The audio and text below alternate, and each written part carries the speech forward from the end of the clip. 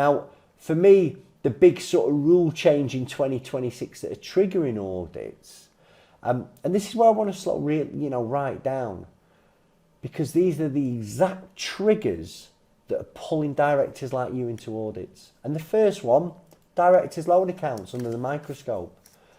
Directors' loan accounts have become one of HMRC's favourite audit entry point.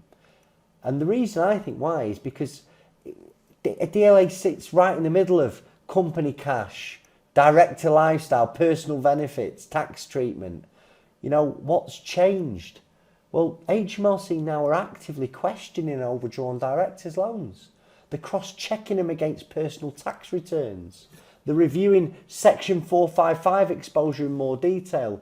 They're challenging write-offs far more aggressively. And what used to be a footnote in accounts is now a red flag. So why do you think that DLAs get caught?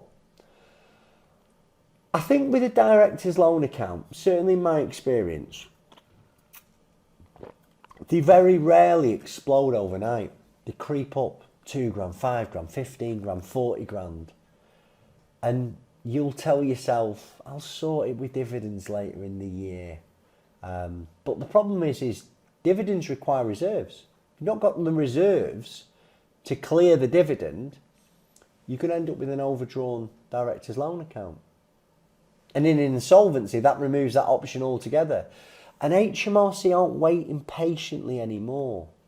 They want to know, like, you know, if you've gone through an insolvency process and a director has essentially had a director's loan account written off because the insolvency practitioner can't recover the money from the director, they don't believe it's commercially viable. Or let's say you've got a 100 grand director's loan account and you've managed to negotiate a 20 grand settlement because that's a better realisation for creditors than the insolvency practitioner making you bankrupt.